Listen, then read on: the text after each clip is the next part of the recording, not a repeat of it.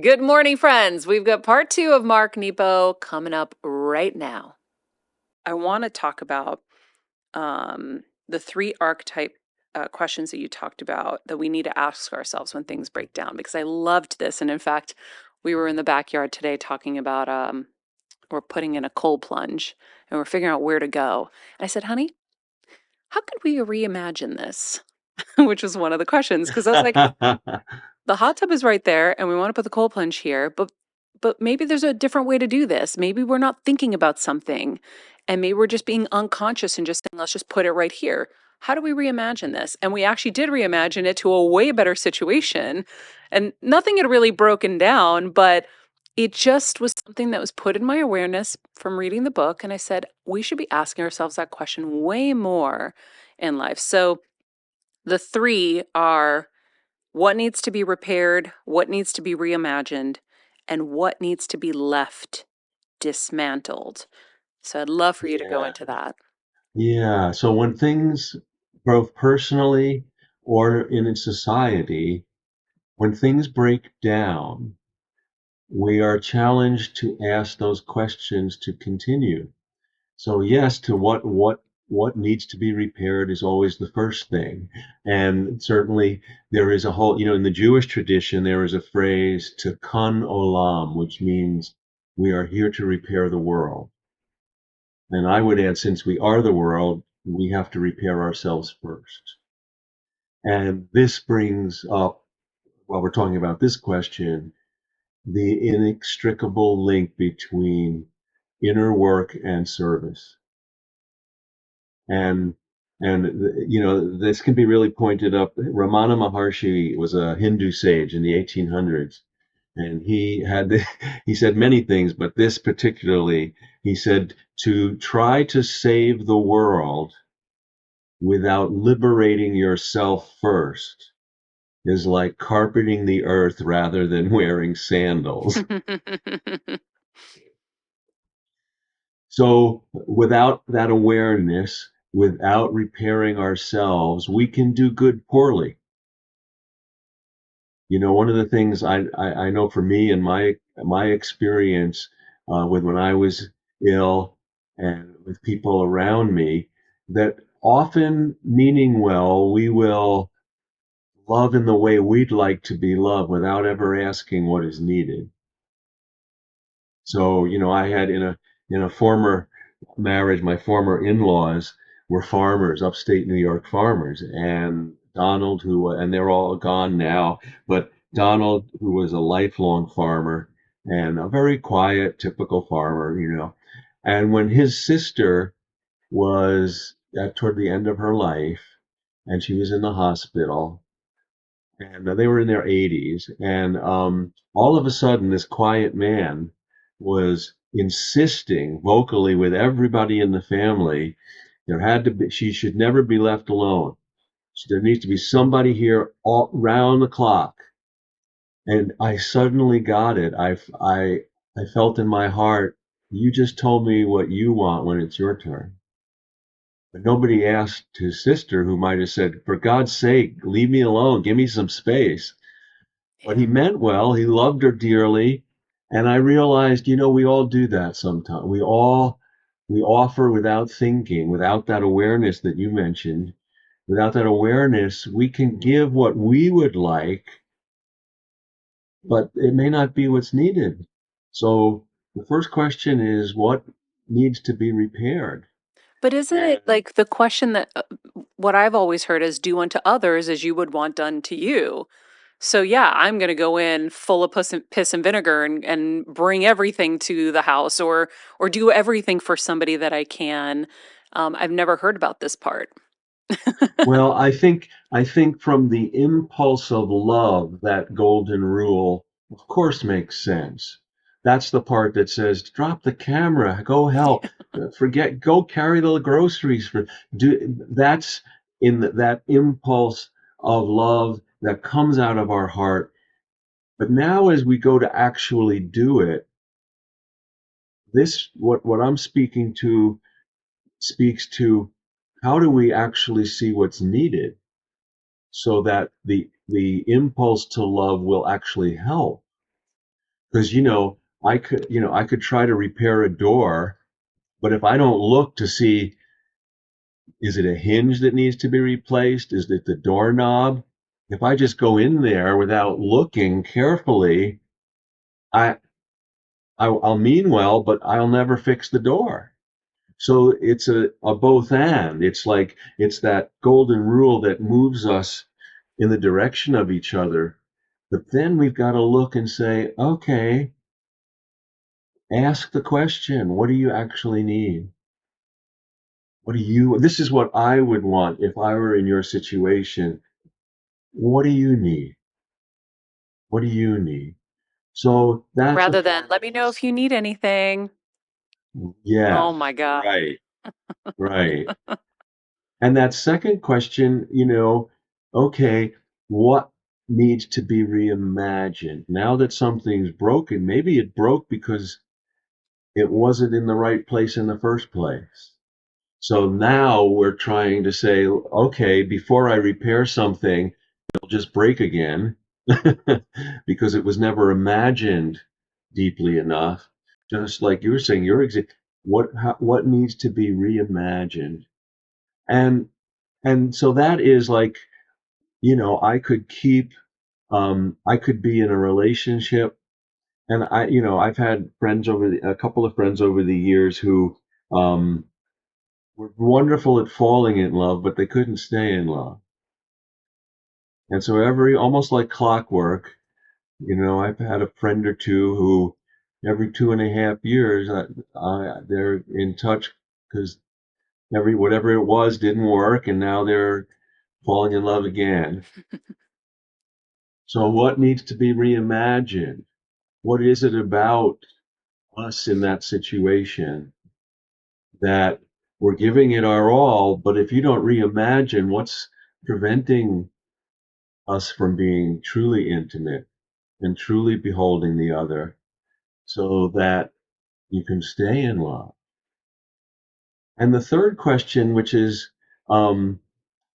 maybe the most challenging, is okay, now that things have broken down, what was put together in the first place that never should have been put together and maybe should stay dismantled? And now if we look at society, well, there's some obvious ones like structural racism. Okay, that never should have been put together in the first place. So now that it's breaking down, let's leave it broken. If we look for a moment here, at the founding fathers who were deified, they were just men. They were maybe brilliant men, but they were limited and they were blind men in some regards because they're the moral tension that they imagined democracy, which is the greatest form of society we've known so far on earth, while at the same time owning people and discounting women. What kind of democracy is that? Yeah. But So isn't from the that what you beginning, talk about with the hadron and what was yes, the photon and the the hadron. photon and the Yeah. hadron? It's basically dark and light. We are both and, right? We're both things. We are light and we are dark, and we are greedy and we are generous, and those are the shadow selves. So isn't that what's happening there? Well, yes. And how do this comes back to our acknowledging that not our best selves, but the truth of all of who we are, so we can help each other, not let those shadow energies run the show. When we don't deny them, they can get right sized, not give them the keys to the car. Yeah. you know and yeah, so I think, I mean, and that, briefly, the what we're referring to about the hadrons and the uh, photons, and this comes from, I during the pandemic I was reading a book by Neil deGrasse Tyson, the wonderful contemporary physicist, and it's called Astrophysics for People in a Hurry, which it's not. That's a clever title, but it's difficult stuff if you're not a physicist, but it's wonderful. And and in there and in his tribe of physicists, their guess at how the universe came into being, um, their imagination, their theory is that right before the universe came into being, there was all this energy and matter and antimatter, and um, and so when there was 1,000,000,001 photons, positive energy, and 1,000,000,000 hadrons, negative energy, just one more, the universe came into being. Then he goes on to say that, as the planets were forming, as the Earth settled in its orbit, if it had settled a little closer to the sun, it would have been too close and all the water, the oceans would have evaporated and we wouldn't be here. And likewise, if it had settled a little farther, they would have frozen and we wouldn't have been here. And I was struck so much by, we're here by such a small gesture. And then I was out, I think I was doing errands. I think I was in the line at the pharmacy when all of a sudden it hit me. I went, wait a minute, this is not a description of the creation of the universe. This is a description of how life is created over and over every single day. And this is the purpose of goodness, to be the one gesture that outlasts all the rest. And beautifully and anonymously, we don't know, if you stop to help someone who tripped and all their groceries went in the parking lot, that might be the one photon that keeps life going today. Mm-hmm. And that's how we contribute to the world spiritually. Absolutely. Yeah. Absolutely. And I would also, add here that, when I was doing one of my other books on community, I learned that back in the what we call the Dark Ages in Europe, for 300 years or so, and the rest of the world actually at that time was pretty enlightened. It was just Europe, you know. Um, but during that time, only 10% of the European population was literate. That means 10% kept literacy alive on Earth for just over 300 years. And so Wow. now, whatever we're going through, where we are unaware and blocked and disconnected, when we're awake, when it's our turn, because we're not always, when we're awake, it's incumbent on us to keep the literacy of the heart alive right now. Talk a little bit about that. How do we do that? That we, And where well, and where is it closed? And obviously it's well, it's it's closed for closed. us to need it open. Yeah, and it's closed for us in the ways that we've been talking about, that where we retreat and stay in isolation, when we stay disconnected from our feelings, because we're disconnected, we let fear govern us rather than love, and then we start seeing the other as a threat and different. Now we've lost the literacy of the heart. We've lost to understand, how do we learn from each other? How do we how do I say, oh, not you're different, but oh, thank God you're not me. Teach me what I don't know. What is it like? I think one of the questions that I feel committed to ask when I meet people is, what is it like to be you? Great question. Because that opens a door for someone to really be honest. And then we get away from, oh, I'm just going to be my best self. No, it's more important to be our authentic self, because it is all of our humanity that allows us to connect to everything. So I think, that be keeping literacy of the heart alive means maintaining our relationships with everything, with ourselves, with each other, with life, with nature, with the planet.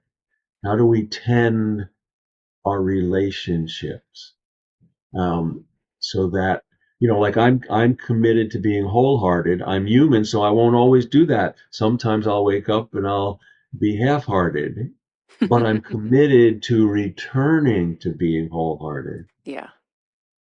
Yeah. I'm committed to being the light, but then sometimes I'm really cranky and really short and stressed and because we're human, but you got to get your way back to it, right? Yes, And so absolutely.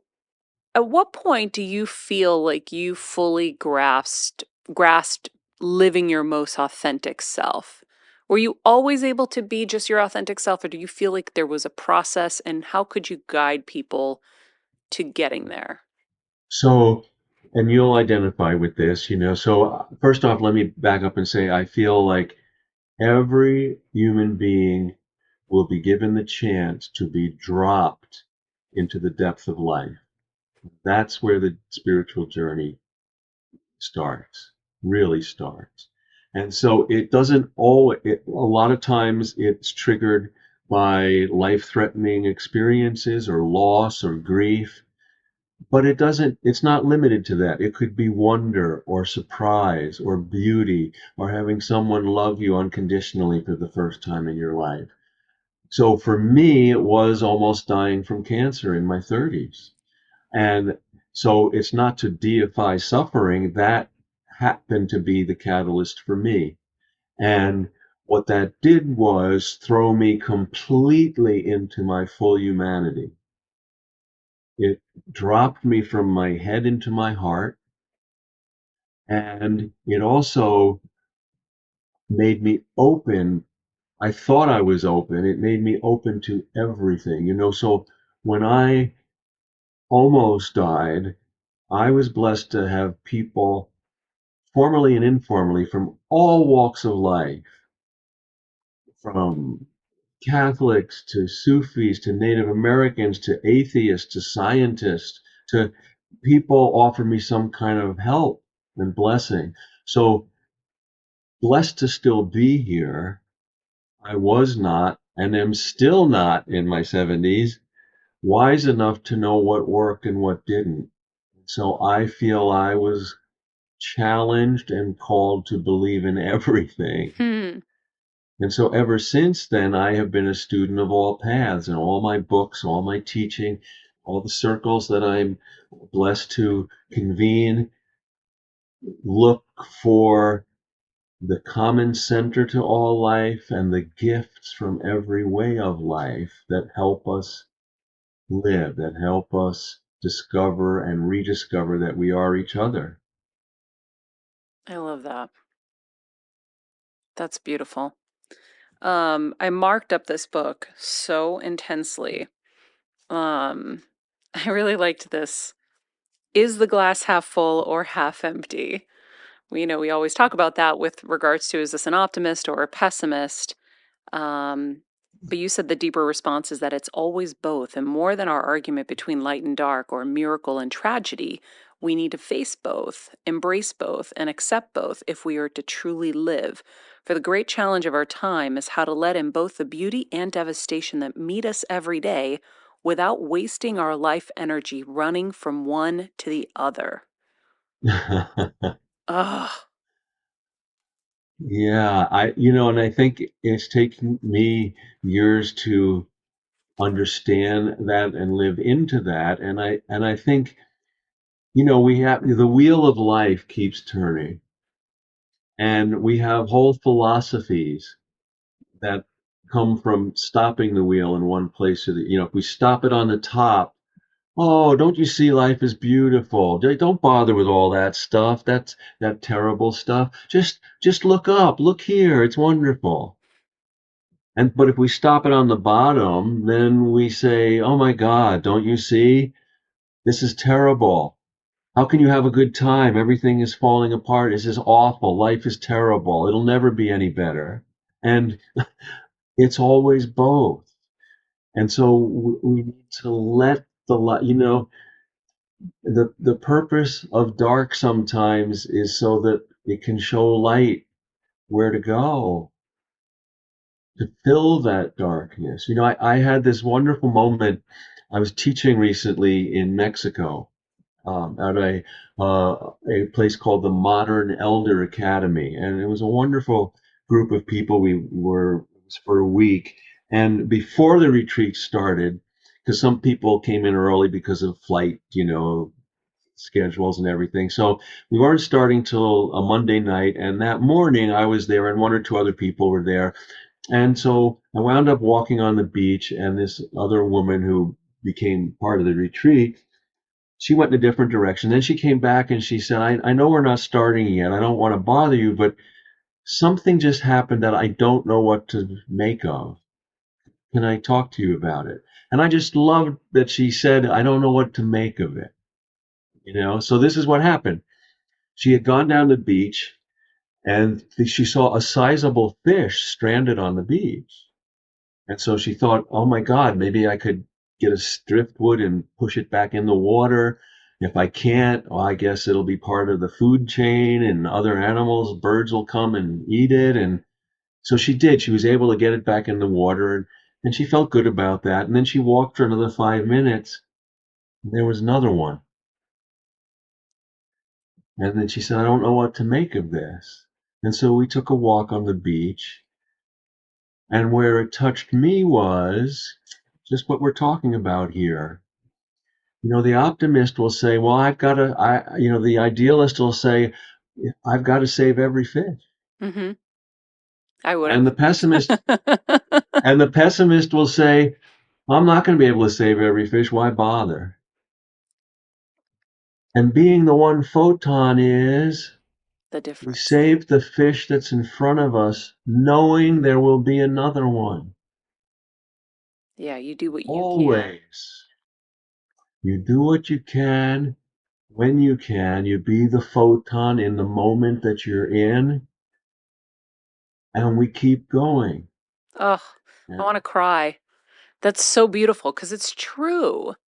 It's true. I'm always amazed. I watch people sometimes, and I'm always amazed that they have the power to make a difference in that moment and they choose not to. And usually it is, like you said, from fear. They're afraid of whatever. There's hosts of things to be afraid of. Um, but I don't know. I mean, it's a beautiful thing when you think about it like that, like being that one difference. And you can't save everybody. You can't save everything, but you can save what's in front of you. Yes. And the humbling reward often is that there is what we need is in that giving. One of my smaller poems is just one stanza which goes, the mystery is that whoever shows up when we dare to give has exactly what we need hidden in their trouble. Ooh. And so when we can be the photon, we have no idea what we're going to get, which isn't released until we take that step. Until Yeah. we take that step. Yeah, I had something interesting happen last night. It was funny. We were driving earlier in the day, we were driving through an area where somehow dogs just get out and they used to always come to us and we used to rescue them, find their homes back, whatever. And I was literally driving like, no dogs today. Not today. Please do not come out. Do not find me. And Kevin's like, well, someone else would get them anyway. And I'm like, no, you can't just let one go and hope someone else is going to help it. We have to help it. Long story short, the evening comes and I was going outside to get the final night light on my retinas and set my circadian rhythm. And I kept hearing this woman screaming. And it was really startling, but I was like focusing on this beautiful moon and the stars. And I'm like, that doesn't feel good. And then it stopped. And I said, okay, God, if this was something bad happening and I need to do something, if I hear it again, I'll go. And I waited. And just as I was about to leave, it started again. So I run and I get my husband, I go, we got to go right now. And he's like, okay, what? I'm like, someone's screaming. So we race outside, we get in the car and we start driving and we're listening to hear where this person was screaming from. And finally, we traced it to like the street behind our street. and they were having some kind of get together in the backyard. And so maybe this woman had gotten animated. And my husband was like, "Now, Maria, you wonder why you're getting sick all the time. Not sick like colds, but why you're getting crazy things like brain tumors." He's like, "Stop stressing and worrying about everybody," which I understand worrying about everybody is an issue. I'm curbing it. However, I said to him, I said, "Kevin, I told you this with dogs years ago when at 2 a.m. I would be chasing a pit bull in the street. I would want someone to save my baby. So if I'm not willing to save someone else's, how am I going to have that reciprocation?" So I said, if this woman was in distress and we were able to find where it was and call 911, not like I'm going to go into her house, but at least call 911 and get help there. Wouldn't you want someone to do that for me? What was it for us to just get in the car and go around the corner? It was nothing. And he was like, "You're right." And I think that we live in such a disconnected time where we think someone else is going to do it. Someone else is going to save them. Yeah. And then when it comes time for us, who's going to be there if we're all thinking like that? It's so amazing, right? We're asked to live it, to find the corridor of aliveness that's between the extremes of doing nothing and carrying the whole world. Mm, So we somehow, and nobody does it cleanly, but yeah, we have to. That's beautiful, what you just expressed, and including yourself in the love, so that you don't hold on to it. I think of flags are great teachers, because a flag is never more fully a flag than when it's blowing full out in the wind. If the flag tried to hold on to the wind, it would tear. It's only a flag when it's in the wind and it lets it through. And how do we try to do that? How do we try to do that? This goes back, in one of the other places I was led in one of my books. I was researching the history of touch, and it led back, like massage actually went back to shamans, like medicine people and indigenous tribes. And I stumbled on, this is amazing. I stumbled on this kind of teaching story, that different versions, but they basically were the same story. And the story was this healer noticed that one of the children in the village had the gift. So he went to the parents and said, "I would like the honor of training your son, because he will be the next healer of the village." And they said, "Oh, please do. We're honored." So the first thing he tells the little boy, who's like 7 or something, he says, "You're going to want to heal you're going to see the illness and you're going to want to remove it. Don't do it until I tell you you're ready." ooh, I just got chills. Right? So, of course, you know where this teaching Hmm. story goes.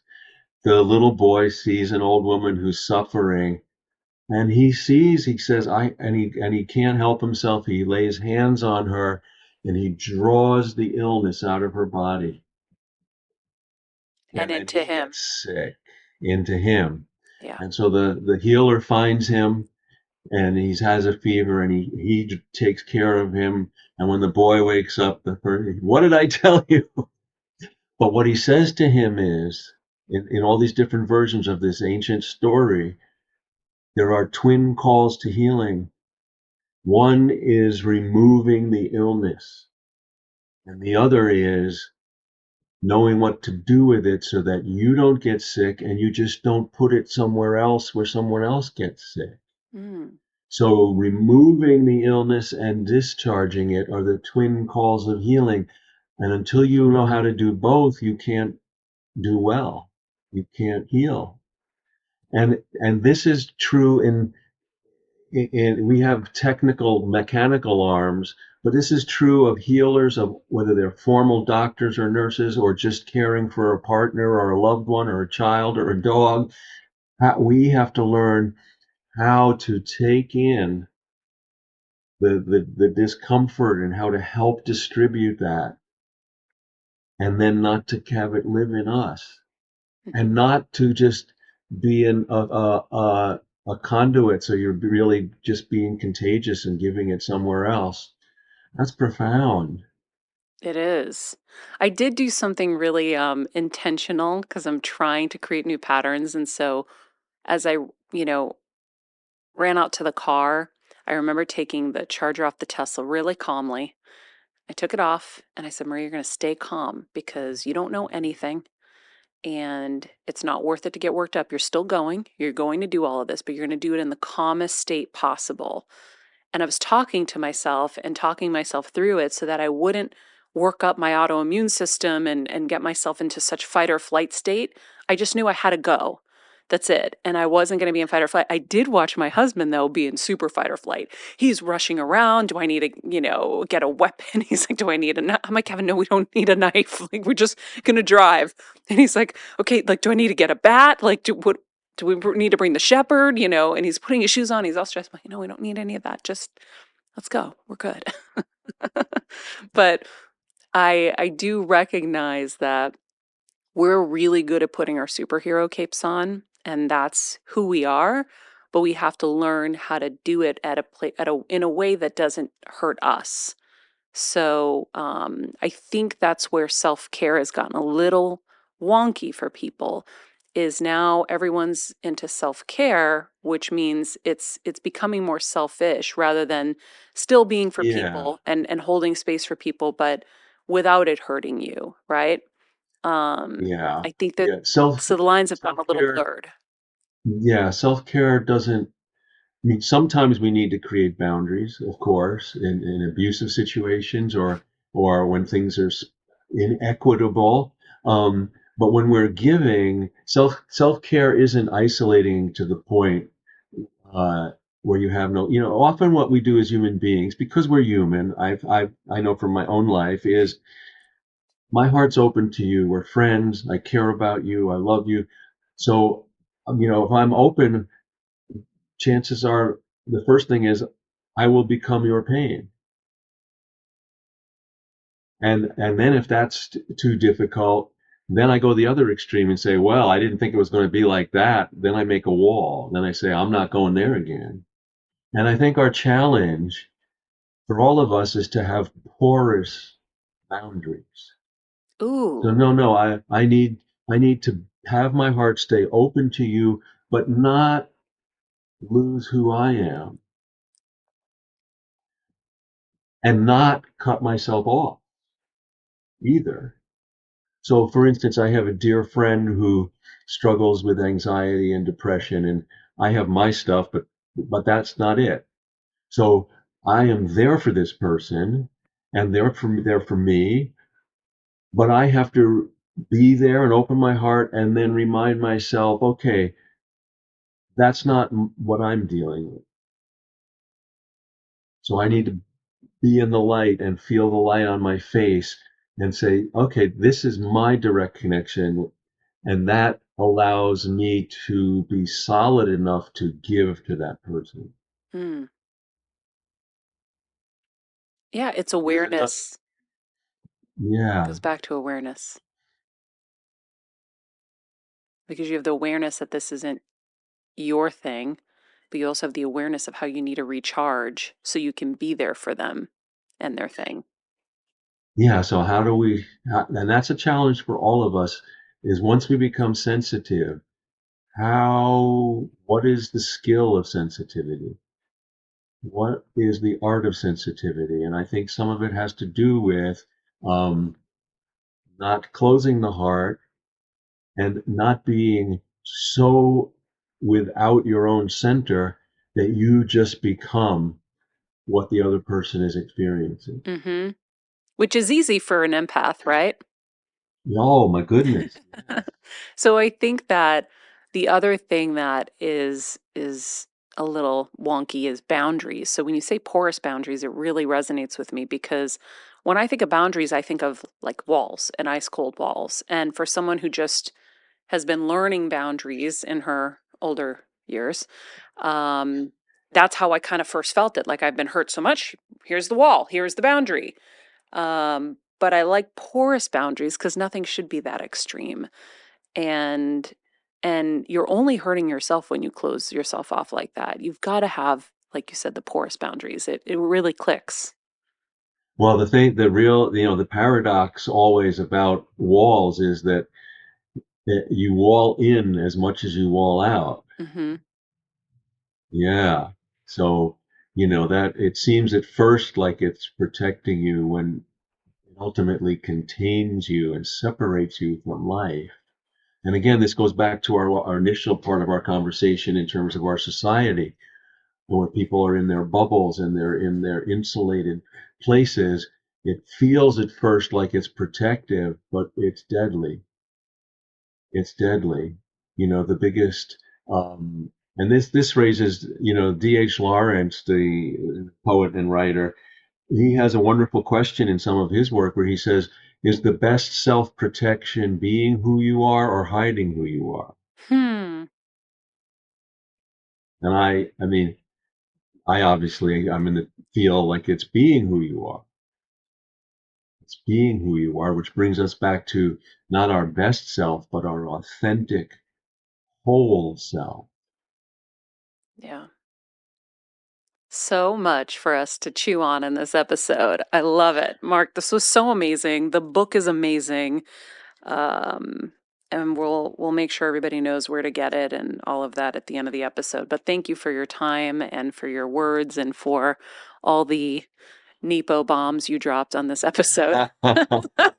Oh, well, thank you. It's so wonderful to see you. I love touching in and we have our ongoing conversation. Thank you so much for Thank having me you. Me too. and all the best with your child coming. Thank you. Really, really appreciate that. Always love our Mark conversations, but this one is maybe my favorite because this book is my favorite. I feel like everybody needs to read this book. I know, Kelsey, you were saying something similar that you felt when you read I it. feel like I connected more with this book than I have in a long time, and with this conversation. Like, he was just the last one I really liked, but I don't know, there was something special about this one that I was like, "Oh yeah, yes." Like what you were saying, it was like it all made sense. It was clicking Yeah. more for me. And I was maybe it's because of the times we've been through, but yeah, it's a beautiful book. He says things that we hear all the time, but in a different and more eloquent way that just stick. Yeah.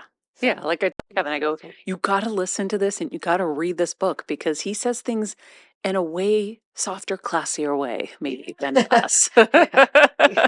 Because we're just like, "Rawr, this is how it is." I mean, he is a poet, He's a so poet. We're right, not. right. We're But no, just two he's kids from Medford, Mass, exactly. who are having a baby. Um, but yeah, I think it's fascinating. Like he had this one thing I didn't get to read at the end, but I loved it. Um, it's a quote that is attributed to Buddha, and it says, "Thousands of candles can be lighted from a single candle, and the life of the candle will not be shortened." This image affirms that when we give from our center, our ability to give is endless. And so the mystery of true kindness is that when we give from the depth of our care, we are not diminished, but enlivened. And again, that goes back to my whole self care thing because I've been thinking about it a lot. And I feel like it's one of those things we've a little bit misinterpreted, a little bit taken maybe too far. Self care isn't about being selfish and going inward and completely being, doing just for you. Because it's like we went to one extreme and now we're going to the other extreme. So when I read this quote, it really connected. It's like it affirms that when we give, our ability to give is endless if you give from your center. So we don't have to be afraid to give. You're a little tired and somebody needs you. It doesn't mean that you're not being self cared enough and you're not taking care of yourself. Go be there for your friend, go help them. It's okay because your ability to give is endless when you give from your center. And so it's just something I've been thinking a lot about. And I feel like he really hit home here in this book, but also, like I said, just that what's real and what's not real and the disconnection. And, Kevin was telling me a story about somebody who he knows who has cancer, and the kids were like, yeah. Mm. And you're like, wait, what? But I said, Kevin, empathy, we don't understand how these kids have been raised. Yes, we know the parents are lovely people, but they're not even raised by parents anymore. They're raised by Instagram and TikTok. Their faces are glued. They have so much blue light toxicity. They're not processing things. They're not they're not as connected as we were lucky enough to be.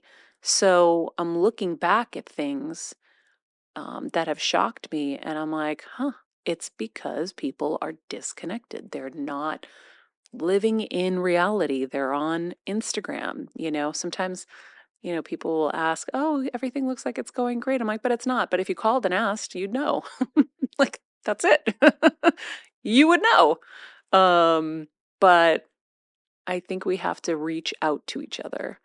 Like he said, we have to stop staying in our bubbles and we have to reach out. And I love ask people what they need. Stop, if you listen to this, stop texting people. Let me know if there's anything I can do to help. Never do it again, because no one in the situation that needs help really likes that, because they know it's a fake gesture.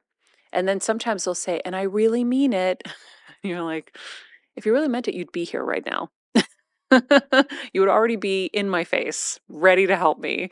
And, and I've had that. I remember in COVID, I had one friend who was like, I'm getting on a plane and I'm going to help you, because my mom and dad both had COVID. They were in the hospital. My friend Evie, who's been on the show, Evie Porous, um, and my house was, still being painted. It was just a disaster zone. And she's like, I'm getting on a plane. I'm like, no, no, no, no, you're okay. Please. Thank you so much. And then my friend Marcy from my days working at E was like, I'm coming over with gloves and I'm going to help you.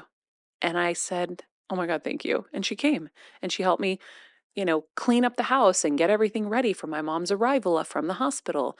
So if you really want to be there for people, you know how to be there. Don't give the fake. Let me know. At least just say I'm saying a prayer for you. At least just do that. But from now on, I think as a Heal Squad, let's just commit to never saying, let me know what you need, because no one's ever going to do that. None of us are really going to be receptive to that. I think what we're more receptive to is maybe a question like Mark posed is, what do you really need right now? And how can I maybe deliver that for you? How can I be there for you? Is it okay if I come over and chat with you about what your needs are? And maybe we can get a group of people together and we can all kind of divvy up the responsibilities. Those are ways to really help someone who does need feel a little better about it. Um, Coming from someone who's needed a lot, um, it's it would be a lot easier if that's what you gave. Anyway, now I'm ranting, but the book is amazing. I highly, highly recommend Surviving Storms. I think everybody should read it, and everyone's going to have that feeling of, oh, I get it now. In the meantime, be nice people, make good choices, and be present.